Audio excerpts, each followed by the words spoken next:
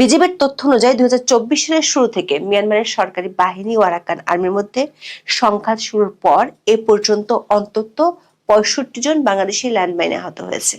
আর Arakan আর্মির হাতে বাংলাদেশিদের অপহরণ নিয়মিত ঘটনা হয়ে দাঁড়িয়েছে। সরকারি তথ্য অনুযায়ী গত আগস্ট মাস থেকে এ পর্যন্ত আরাকান আর্মি অন্তত 116 জন বাংলাদেশি জেলেকে অপহরণ করেছে। গত বছর প্রথম 9 মাসে অপহৃত 235 জেলার মধ্যে 124 জন ফিরলেও এখনো 62 জন রোহিঙ্গা সহ 111 জন তাদের হাতে বন্দী। গত 4 জানুয়ারি দৈনিক সমকালের একটি খবরের শিরোনাম ছিল নাফনাদে আরাকান আর্মির দাপট, টেকনাফ স্থলবন্দরে সীমান্ত বাণিজ্য বন্ধ 9 মাস, যে কারণে রাজস্ব ক্ষতি 500 কোটি টাকা। দর্শক, 2024 সালে মিয়ানমারের বিদ্রোহী গোষ্ঠীগুলো জান্তা সরকারের বিরুদ্ধে যে বিপুল সফলতা অর্জন করেছিল, আরাকান আর্মির রাখাইন বিজয় সেই সামগ্রিক অংশ ছিল।